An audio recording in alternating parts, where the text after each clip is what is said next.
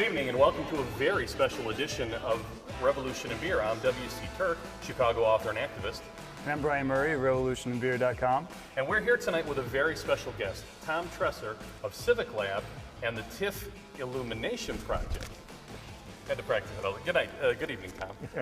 It's good to be on your show. Thanks a lot. Thanks for coming out. Hey, folks have to understand that we are not dealing with our usual amount of lubrication this evening. We're usually drinking at about 11:30, 12 on Saturday in the afternoon.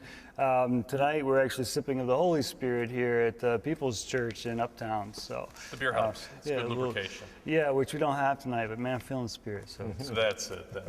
Tom, again, thank you for coming on the show tonight. We really needed to touch on this project.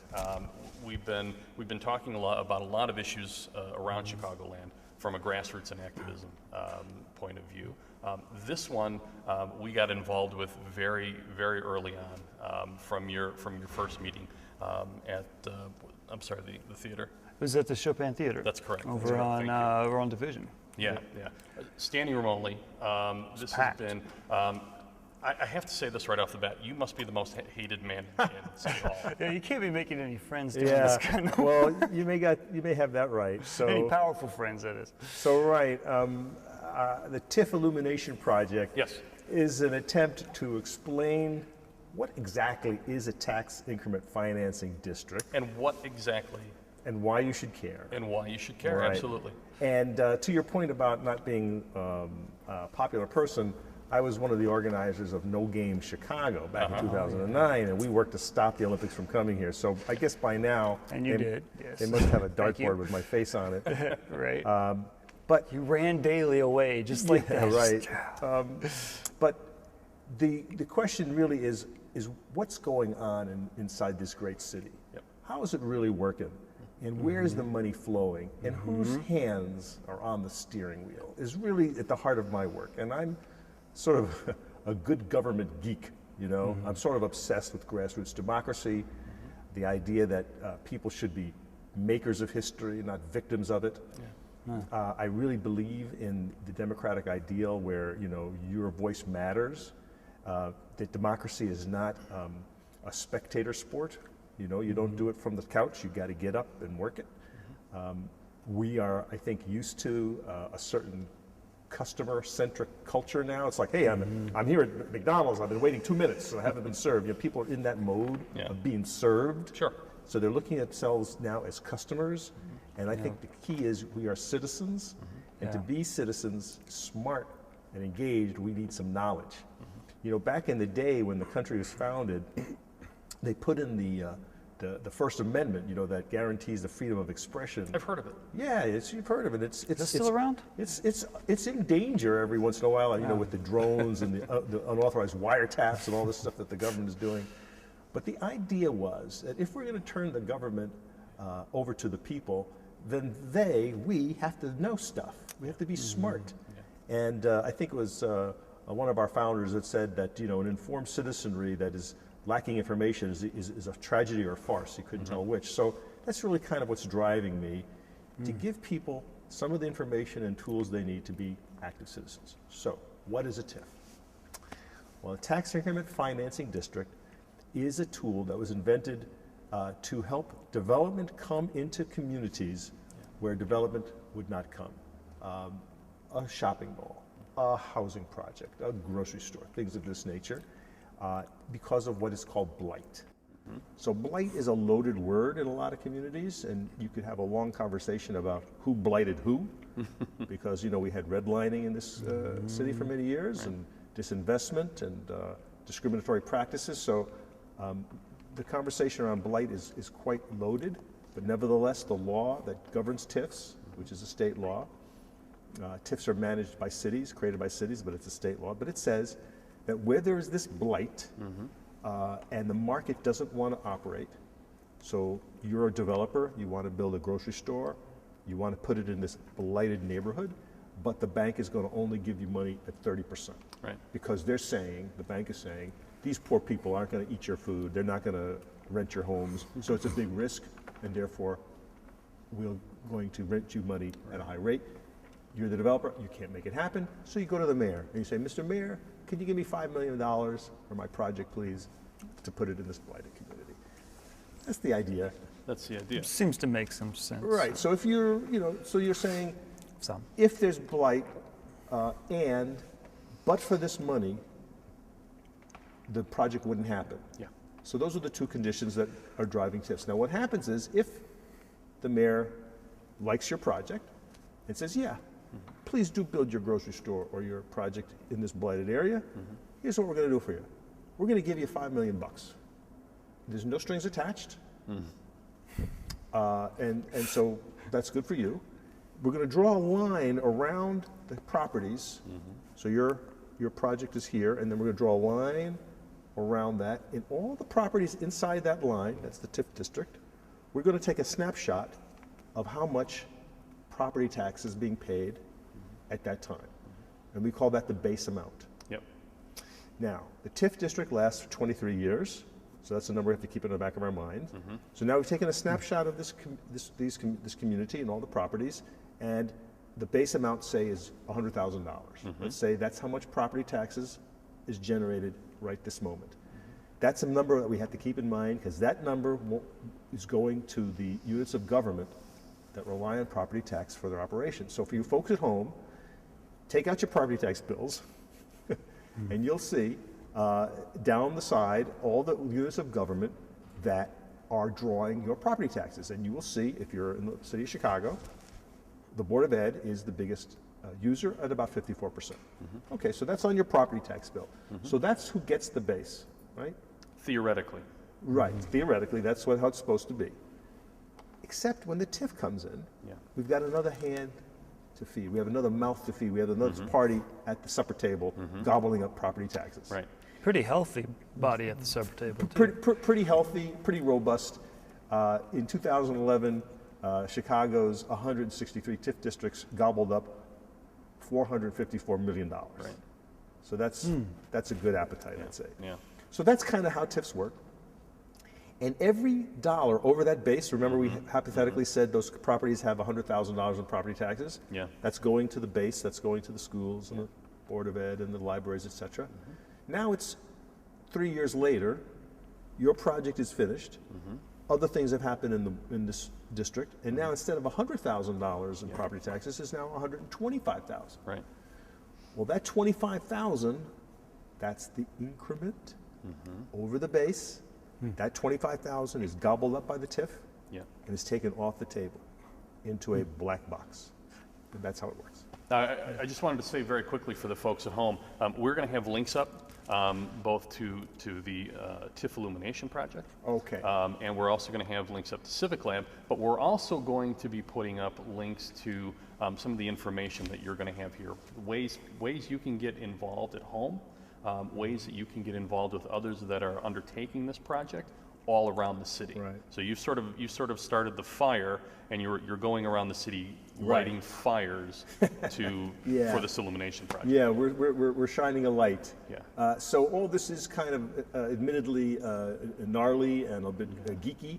So the links that you're mentioning, people can go to the website and look at some presentations and some other things and knock yourselves out. But that's basically how it works. And just to be really clear, the TIF money is money that's basically skimmed right off the top. Skimmed off the top. Exactly. Yeah, that's a good actually analogy. I like to use the casino analogy.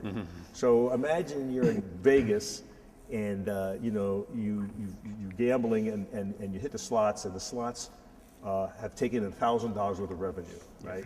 So now we're the owners of the casino. We're in Chicago, and we want the tally from that night.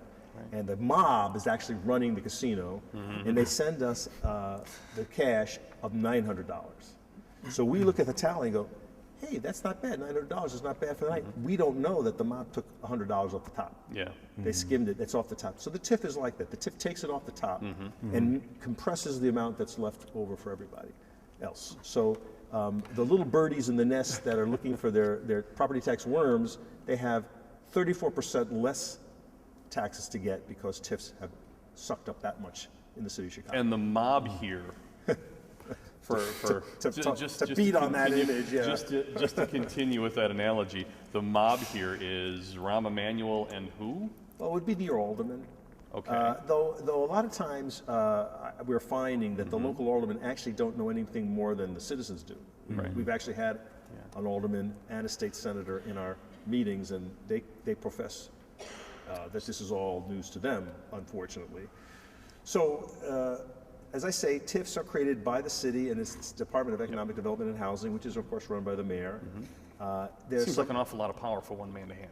Well, that's how it is in the city. The mayor does have, even though. So then there must be some terrific oversight for one person to have that kind of power. Yeah. Well, our city council is doing a great job of oversight. Remember, they voted. I think it was something like 44-5 or something. Yeah. For the parking meter deal. Right? Yeah. And that's gone great. That's good. Yeah, I love it. My dog pees on those things every time we walk by one. I don't even have to tell him anymore. Yeah, they're the no-arm bandits. So there is no oversight. In name only. Okay. Really, a name only. Yeah. There is something called the Community Development Commission that has to approve each TIF, but they've never not approved one, and all the members are again appointed by the mayor. Okay. So it's not elected. It's basically It's the mayor's show. who he likes. Right. You just start calling him Emperor. Emperor Emmanuel the First, maybe so. But what we're trying to do with the TIF Illumination Project is using data mining, investigatory reporting, graphic design, and good old school organizing to ask the question, what are TIFs doing at the ward level? Because that's where we live. Because if I told you, or if I asked you, how are TIFs, what's life like in the Kinsey Industrial TIF District? Like, it's like Mars. Where? It doesn't register. But if I say, how is life in Lincoln Park, in Beverly, in Englewood, in the 13th Ward, in the 39th Ward, right? You know those numbers. You know those places. That's your kind of where you live mentally. So you'll be able to answer, it sucks, it's great, whatever. So we're trying to help people answer that question, is how's life in the 43rd Ward with respect to TIFs? How's life like in Englewood with respect to TIFs? If you went to the city's website, you can't answer that question because it's impossible. So we did a combination of data gathering, data scraping. We did a freedom of information request. We did a friendly handover of data, and we looked at the extent documents that anyone can get, and we came up with something that looks like this. So this is the TIF illumination of the 27th Ward, which has 12 TIFs in it. So these are the shapes of the 12 TIFs. If your folks can see that. We'll make sure they can. And we'll have that graphic up. Yeah, if it's not clear on screen, we'll have it in a better way for people to see. But the point is, you can see how it's kind of easy to hold, and you open it up, and look, there's the map of the 27th Ward. Oh my God, where'd the money go? Yeah, it's right there. And there's the shapes of the TIFs, so people can say, oh my goodness, I live right there. Yeah. You know what I'm saying? And then the numbers are the amount of money that TIF has taken from the ward just inside the boundaries of the TIF in the ward. Right. So we're able to sort of do a pretty precise cookie cutter kind of thing. You have the shape files of the ward, the shape files of the TIFs, and we have all this other data. You put it all together, and you get this grand total that in 2011, these 12 TIFs sucked up $37 million in property taxes from the good people of the 27th Ward. And we're closing schools, and parks the roads are going, are going to pot. Yeah. Parks are being left. Well, when you look at who gets the money, this is kind of precisely. to your point. Yeah. Mariana's Grocery, $7 million. Blommer's Chocolate, $8 million. Now, go outside and you smell that good chocolate. That's $1 a smell.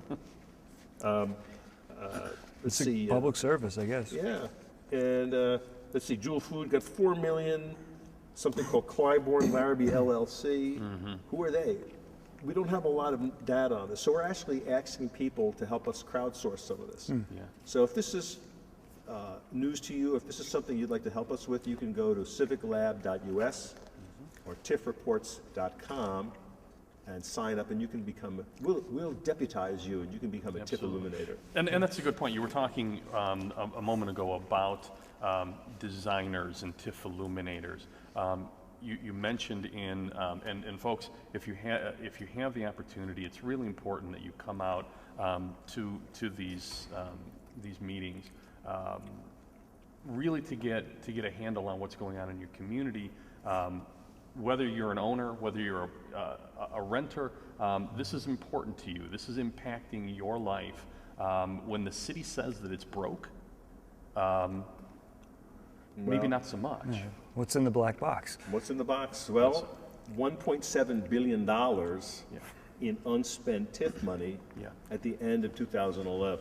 So this is your property taxes. This is not funny money or not magic beans. This is just good old-fashioned property taxes that have been collected by these TIFs, sitting we don't know where, earning we don't know what interest. So this has been since 2003. Again, back to that lack of oversight issue. Yeah. Again, we're not sure about a lot of this, but what we do know is on January 1st, 2012, there was about $1.7 billion in unspent TIF funds sitting in all these 163 bank accounts. So it's hard to say that, it's hard to stomach, or it's hard to figure that we're broke if all that money is sitting in bank accounts, and we have $8 million to give to, say, Mariano's Fresh Grocery on Halsted, which is in the hottest retail district in town. Hardly a blighted area. Not to my eyes. Yeah, exactly. So, I mean, unless Souvlaki is blight, that's, you know what I'm saying? It's like, it doesn't make any sense, really. So, the Central Business District was TIF'd, LaSalle Street was TIF'd. It's so far beyond what blight is, it's lost its meaning. These projects are rifle shot projects driven by clout, not policy. This is what we're finding. Curious, I don't see, speaking of blighted districts, and Brian and I work with homeless people and people going through foreclosures, particularly in Inglewood on the south side. I don't see, maybe I'm missing it, I don't see any of this money going to these neighborhoods, which if I'm going by the literal definition of blight, these neighborhoods would fall under that definition. Yeah, you'd think. Well, we'll do a special TIF illumination of the Englewood neighborhood TIF on May 6th, but people should check our website for the evolving schedule. These things are happening pretty much every other week. We started with as you mentioned, with the first TIF town meeting at the Chopin Theater on February 12th, 2013. It was standing room only. It was the night of the State of the Union address. Yeah, it was. It was like a rock concert. Yep. It was like people were chanting, "No more TIFs, no more TIFs." It was something else. Yeah, no, you could definitely tell that people are starting to catch wind of this. I mean, how much do you have to listen to, doomsday scenarios over and over and over again? Every year that I've been in Chicago, I've heard the doomsday scenario around the CTA or something else. And then, we're finally up to the point where they're literally slashing things. They're shutting schools down, they're shutting mental clinics down, they're shutting all these things down. Yet there's this huge lump sum held, and we don't have access even to information to see what it's going to, how they plan on spending it or anything. Maybe they'll just give it to us at Christmas or something. It'll be a bailout for the people. I don't know. Check under your tree. Right. But there seems to be greater awareness about this. Well, Ben Jaworski's been writing about this for 7 or 8 years easily. Been doing some incredible work on this. Yeah, so he and Mick Dumke have really, really plowed the earth. They've filed so many FOIAs, trying to get information. He's great. So I sit at his feet.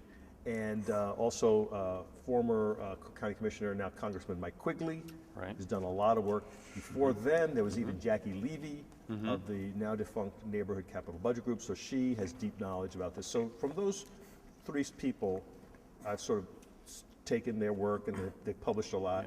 And then our own research, and so But you hear this come up more and more. I hear this at protests. Well, the teachers' union is sort of interrogating this. Parents groups, there's a group called Raise Your Hand, which is totally driven by parents from about 80 schools. They were all into this. There was even people who were involved in homelessness and affordable housing, the Sweet Home Chicago Coalition. They got into this. Because it affects everybody. Yeah. Across the board. Well, if you live in the city, you're affected. You're affected. PIRG, Illinois Public Interest Research did a study of, so there's many groups that are sort of circling this. And I think this is part of the larger frame of the 99%, 1%.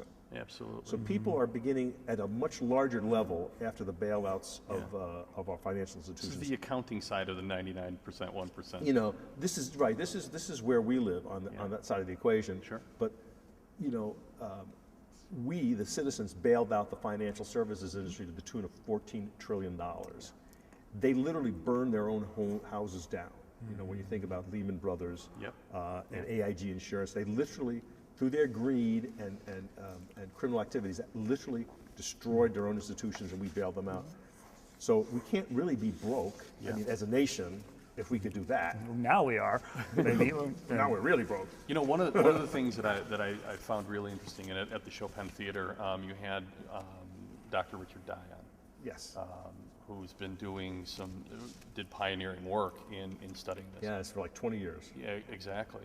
But one of the things that really resonated with me was sort of the mythology about TIFs and what they can do, the idea of jobs, the idea of its benefit to a community, and his work found something vastly different. Well, he's been a scholar of local government finance of all sorts, and sort of tax policy, and just this question of what levers do you pull for local economic development. And basically, as I interpret his research, for those places that have TIFs, they grow slower than places without them. So TIFs actually retard economic development, according to Professor Dye. He said TIFs are hidden regulation and hidden governance and hidden taxation. In his words, TIFs do not do economic development. They're simply a finance tool. They just moves money around.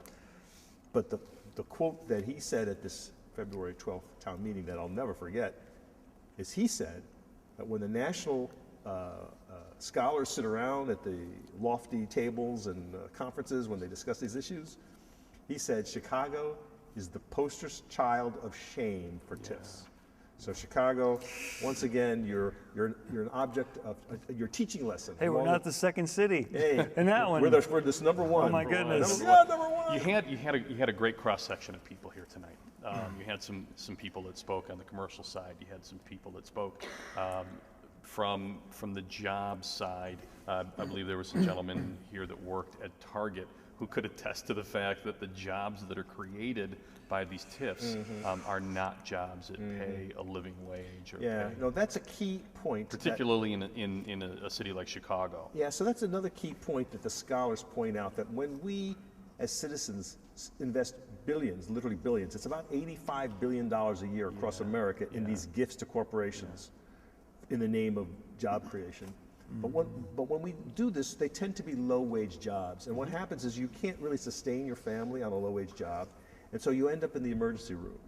And so this odd feedback loop that this is pointed out by the professors at UIC is that we're subsidizing the Targets and the Walmarts and the such like for their low-wage jobs, but they're not enough for benefits or to sustain them.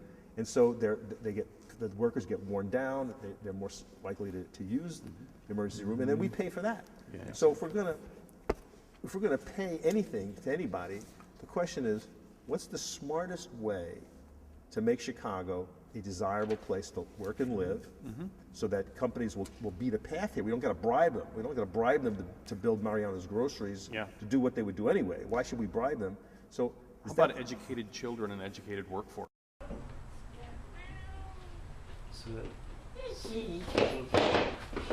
Should be a light on here somewhere. There it is. Boy, that was kind of strange. Folks, we lost our power.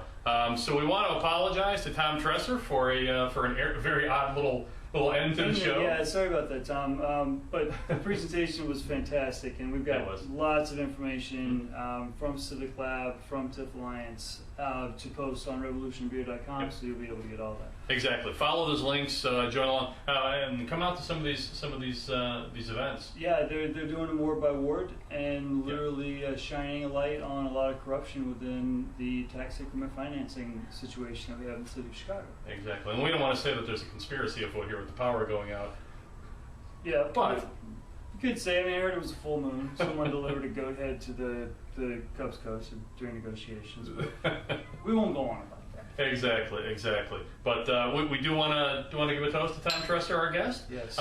And we do want to say it's kind of interesting. One of the things is we're hearing more and more about tax increment financing in all sorts of venues. We're hearing it more in the news. We're hearing it more in the dialogue and in the protests about school closings and some of the austerity measures that City Hall is trying to impose upon the people of Chicago. Yeah, there's actually some indication that Ron Emanuel is not following so aggressively on TIFs right now. We're hoping that will persist, but we'll see what happens. Well, these are supposed to be for blighted areas. Obviously, from the evidence from what Tom was showing us, they're not being used the way they're being billed. And we'd also like to thank Ben Jaworski, who is also in the audience today, and left a little bit early to follow up on his story. A busy man, but he's been following this for the past couple of years, as has Tom. They've been kind of those lone voices in the wilderness. Yeah, you can always look up TIF and Chicago Reader. You'll be able to find plenty of information that Ben's written about it. And we do have those links. Those links will be on the screen here. They will be here. You can also get those at revolutionandbeer.com. Along with lots of information that we'll keep pumping out. So it'll be a bit of a live feed when it comes to the TIF situation, because this isn't going anywhere. Yeah. And despite the power outages, whatever caused it, we're not saying, but whatever caused it, we are going to follow up on this. We are going to keep strong on this. So, and we do have regular updates from Tom and Ben about TIFs and about TIF meetings throughout the city of Chicago. Yes, ward by ward, we're usually following it around, and we'll be pumping it out through our website, through Twitter, through Facebook, and everything. Absolutely. So again, thank you, Tom, for a great presentation. We apologize about the power, but that's TV. So that's live TV. So you want to call it? I think so. I believe that's the last call. I believe that is. Here's to the holidays, buddy. 365 All right, of them. folks, we'll see you next week for another Revolution in Beer. Until then, have a great week. Get involved. Get active. Change the world, but by all means, do it with a decent beer in your hands. Please. Cheers. Revolution, we don't wanna wreck this town. Yeah, we just wanna let out revolution. We don't wanna burn it down. Yeah, we just need a little revolution.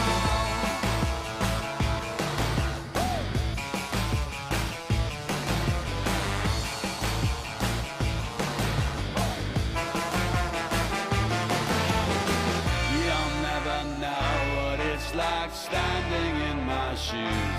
But if you're corner me, you're gonna find a fighter. Your camera